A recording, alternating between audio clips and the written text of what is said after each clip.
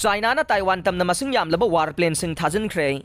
Taiwan ki President Tsai Ing-wen na mahaki atenba US khongchat manungda US ki House Speaker Kevin McCarthy ga unakibadu yaningdaba utuna leptana numit nini military drill sing pangthokibaga loinana ithad adu tamna masing yamlaba warplane sing Thajinkhre haina media ki report amana haire. Taiwan ki Defense Ministry in hairi madude Ministry asina China ki missile forcing ge movement sing monitor tawre. Sairak sida US na su laibak asigi forcing mikup na humsing na layri hai na phongdokre.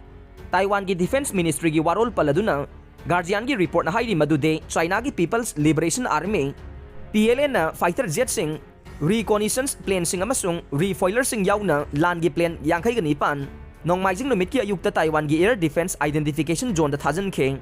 Defense Ministry na map natraga location sing pidrabasu plane kuntra ka mathoi Taiwan amasung China ki marakta layriba Taiwan Strait ke de facto border oriba median line lansun ki hai na phongdokhe.